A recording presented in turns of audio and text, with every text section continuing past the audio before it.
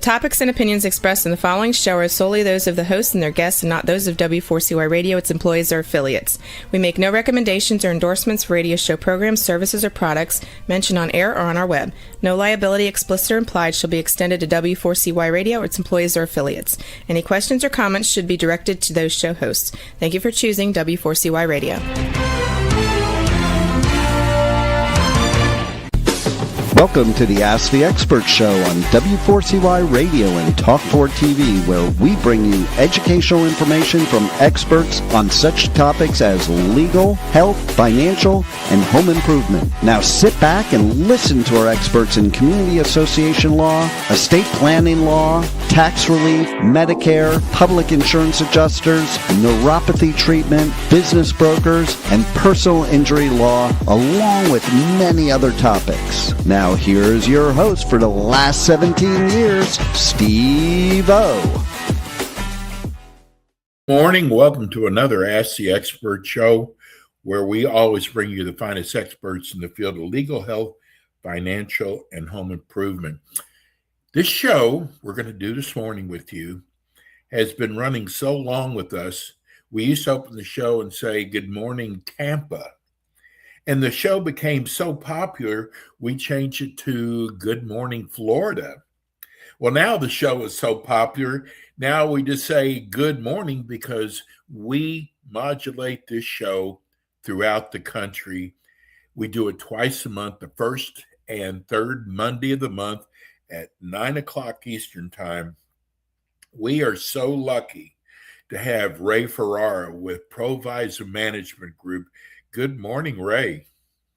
Good morning, Stephen. So good to be with you, and what a marvelous weekend celebrating our 250th birthday or anniversary, depending upon how you want to look at it. Exactly. It was absolutely amazing. I actually stayed up for the fire. Well, I wanted to hear the president speak, but I really wanted to see the fireworks. I've never seen fireworks like that before in my life. It was definitely well worth it staying up. But, you know, I got to tell you, Ray, we had a person who contacted us. We're now on TikTok now, and a gentleman contacted us.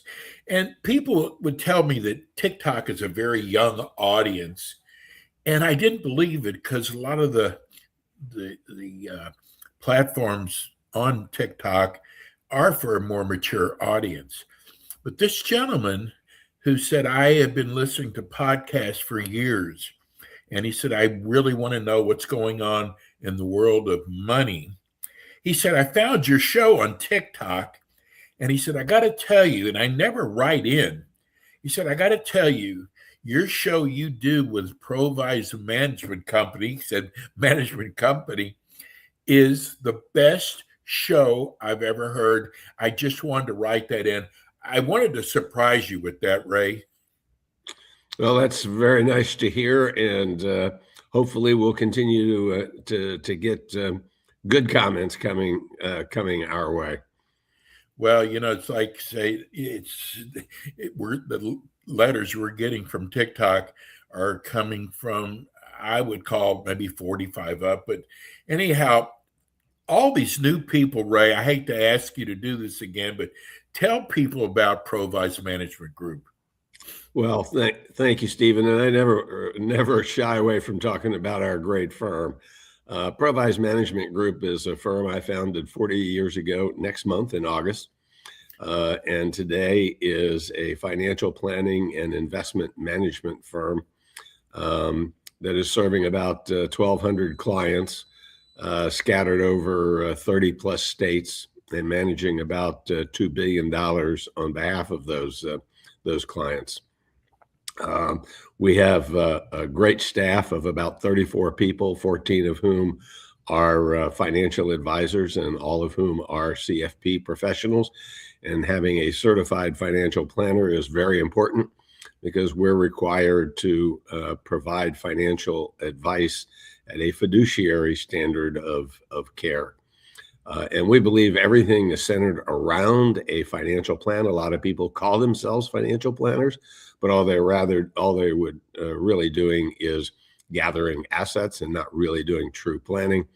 And we see financial planning as the nexus of everything that we do. And of course, anybody who listens to our show, no matter where they're located in the United States, they're entitled to a 1-hour consultation, complimentary, with me, not somebody else in the firm, but with me directly. And all they have to do to take advantage of that is to give us a call at 800-633-3049. That's 800-633-3049. And just say, I want to set up a meeting with Ray, and we'll get it done. So hopefully people will take advantage of that 1-hour complimentary consultation. Ray, I constantly brag on you about your predictions. And listen, nobody is 100%, but I got to tell you, I love the way you predict things, and there's so many of them that come true. So at the beginning of the year, you made a lot of predictions about the coming year. And you said inflation would probably come down to 2.5%. So how are you feeling about that one now? Oh, sure. That's the prediction you had to start with, Stephen. Yeah, but you're right so many times, though. Well, obviously, inflation is running much hotter than 2.5%. Hopefully, it'll drift back down during the last part of the year. But I'm afraid the prediction that we said that inflation would be running at about 2.5% on a year-over-year basis at the end of the year probably isn't going to happen. And obviously, most of that is a direct result of the price of energy having gone up following the war with Iran. So thanks for bringing it up, Stephen. You know? It's one of I said at the beginning, the only prediction that I made is that not all of these predictions will happen the way I said they would. That's certainly one of them at this point. Well, I got to tell you, does what's going on in Iran have anything to do with this at all, Ray? Well, sure it does. I mean, with the cost of oil, natural gas having gone up as dramatically as it has, one of the predictions that I made relative to the price of oil is that before the year was out, that the price of oil would be up 10%. Right now, the price of oil is up a little over 19% year to date. So even though the price has come back down since the ceasefire or the pause or whatever it is that you want to call it occurred, it's still dramatically higher than where it was when we started the year. Assuming that Iran and the United States are continuing to have conversations that will be meaningfully productive, then we ought to see the price of oil continue to come down as that relationship stabilizes and the Straits of Hormuz find themselves open. The big concern, of course, at this point is, what's going to happen next. The Iranians are having a large funeral over multiple days for the former supreme leader. They seem to have hardened their stance a little bit. There's probably 3 potential outcomes. The first is that things break down and we go back to a fighting war. I hope that doesn't happen and don't think it will happen because really both sides, for a variety of different reasons, don't need that to happen. In the United States, they got the elections coming up. The president wants to declare victory and move into the midterm elections. From Iran's point of view, their economy, which was not in good shape before the war, is in terrible shape at the moment, and they need to try to rebuild the economy back up. The second option And the one that I think is probably most likely, at least in the short term, is that since it's a 60-day ceasefire, is that they'll extend the 60 days.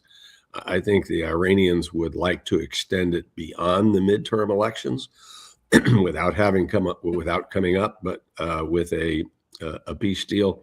And I think the United States might be willing to do another 30 or 45 days, but clearly it's in the best interest of the president to get it done, as I said, before November.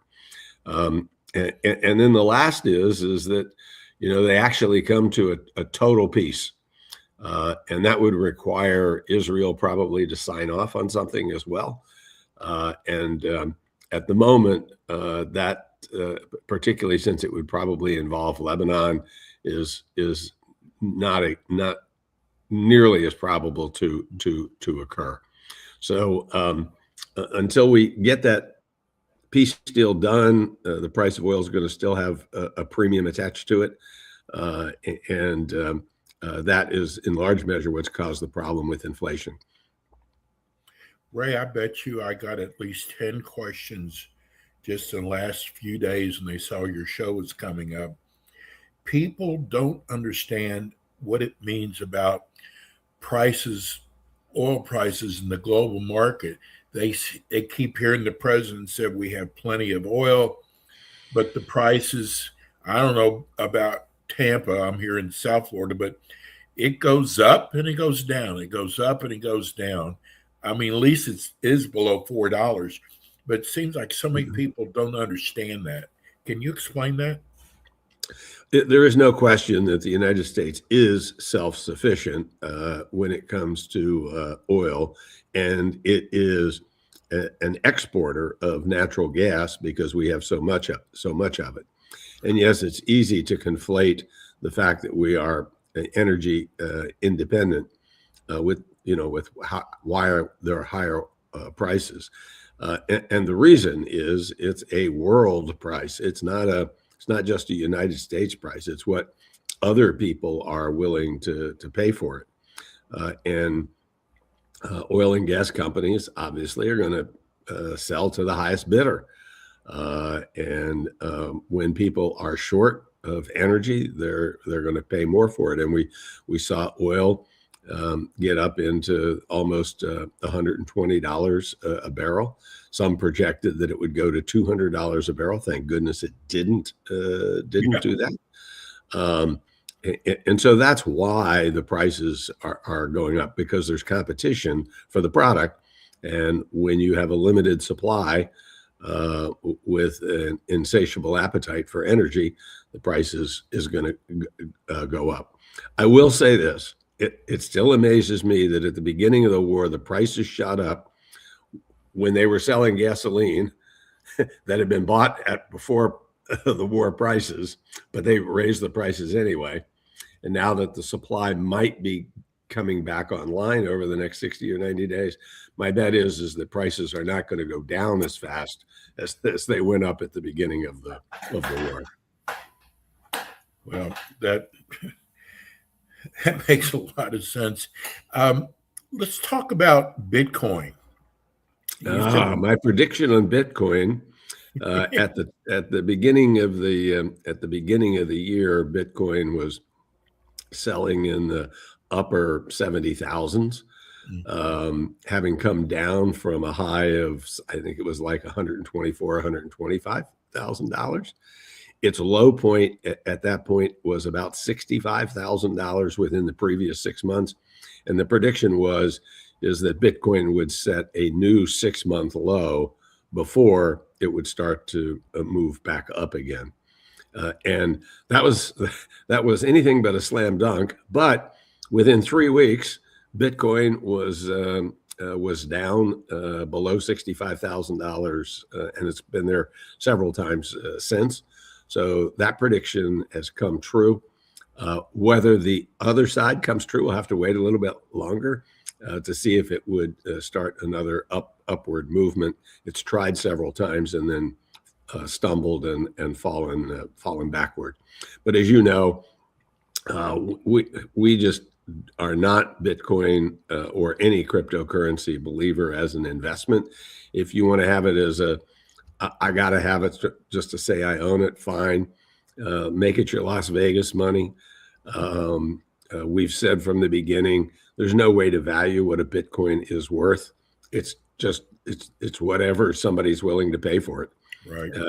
And we as financial advisors, when we can't figure out what we think the future value of something might be, we're not going to speculate on it. And while we certainly have a couple of clients that have purchased it for their own purposes, we have not recommended it and have no plans to recommend Bitcoin to any client to be even in small and unmeaningful part of their portfolio. It's a waste of money and our time.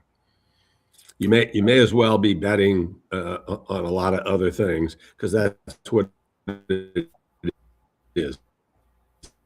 It's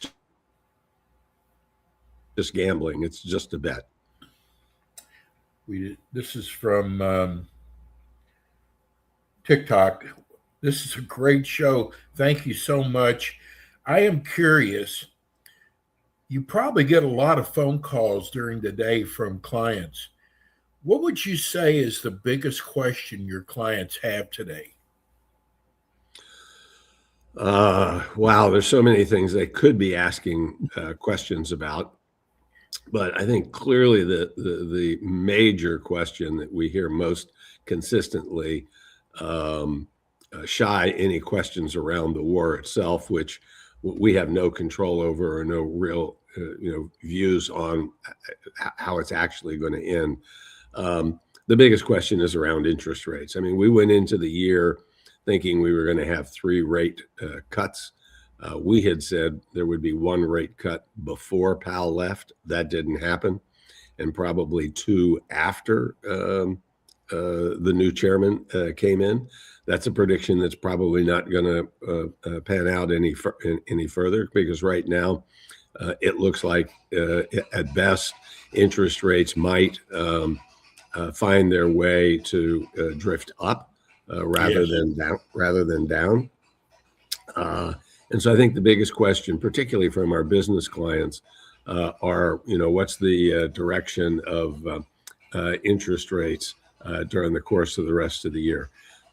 At the moment, we think there'll be at least 1 more increase to occur, or there will be 1 increase that will occur between now and the end of the year. The chairman has been very vocal about his dislike for inflation. And the only way you're going to get inflation out of the system is to raise interest rates and reduce the money supply. And I think he's going to try to do both of those things between now and the end of the year. But that's probably the question that we get more than anything else. What do we think is going to happen with interest rates? Okay. So we're talking a lot about predictions today on the show. What about IPOs? Now thank you. There's one we hit a home run on. I told you, you're right most of the time. Well, we can thank Elon Musk for a lot of that with the IPO of $75 billion for SpaceX. The IPO market had been very small the last couple of years, and it was so small, in fact, that a lot of great companies were not coming to market because they felt that they were better off staying private, which deprived most investors, from being able to own companies like a SpaceX, or potentially Anthropic, which is saying it's going to do an IPO sometime this fall. And we said that we thought that there would be about 500 IPOs and a total of somewhere between $100 and $150 billion of money raised this year through those. Slam dunk, that's just about over. And again, thanks to the $75 billion from SpaceX. So I think we're going to see more IPOs. We also said at the same time that we thought more IPOs would come through NASDAQ and other exchanges besides the New York market. And so far that has been happening this year. So that's another prediction that we made that seems to be flourishing at the present time. How about, I know that, I guess on July 4th, the Trump accounts became effective. What do you recommend people with children? Do you recommend they look at this?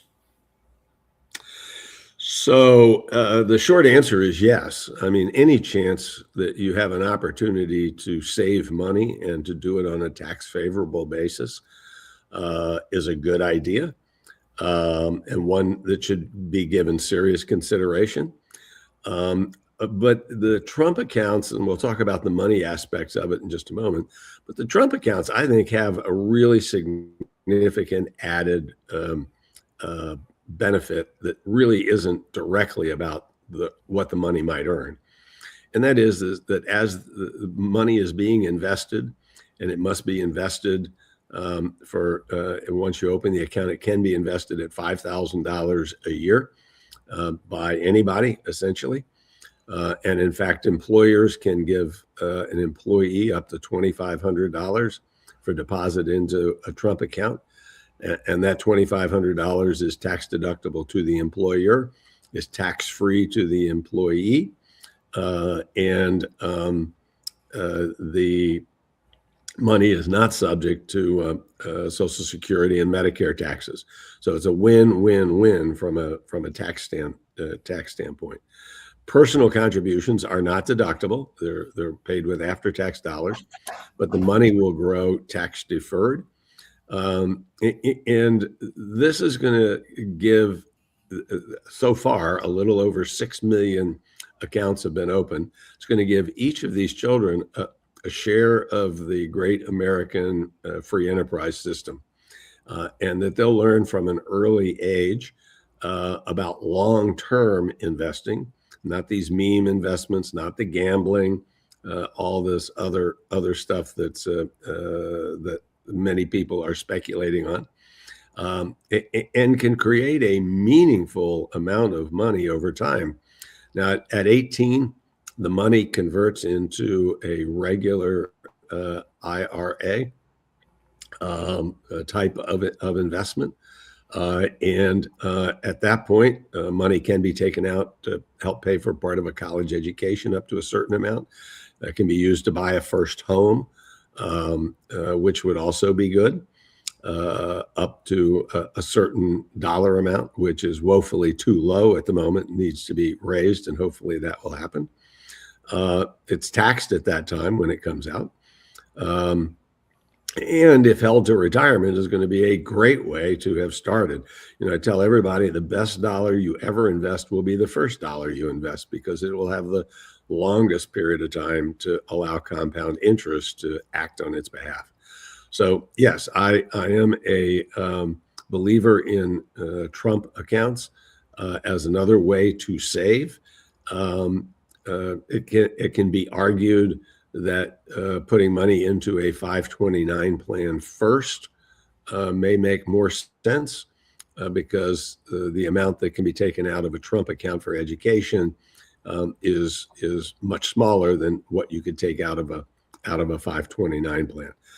And that's why, again, we believe in financial planning rather than just talking about investing money, which obviously we do since we're managing about $2 billion. I want to remind all of our listeners across the country that if they would like to learn more about Provise Management, they can certainly do that by going to provise.com. That's PROVISE.com. Or give our offices a call at 800-633-3049, and we'll set up a complimentary 1-hour consultation with me, not one of our other advisors, and be happy to see if we might be able to help them after that. If we're not able to help, we'll tell you that, because we always have to keep your interests ahead of our own, and perhaps we can refer you to someone who can help you if we can. And Ray will be back again with us in 2 weeks at 9 o'clock Eastern Time. Ray, thanks again. Have a wonderful week. We'll see you in a couple weeks. That'll be great, Stephen. Take care and be well. Love you. That's Ray Ferrara, Provise Management Group. We're going to take a break. We'll be right back. Thanks for tuning in today to the Ask the Expert show on W4CY Radio and Talk4 TV. Tune in next week and every week to hear more from our experts on personal injury, insurance, air condition repairs, estate planning, Medicare, and many other topics in the areas of legal, health, financial, and home improvement. See you next week.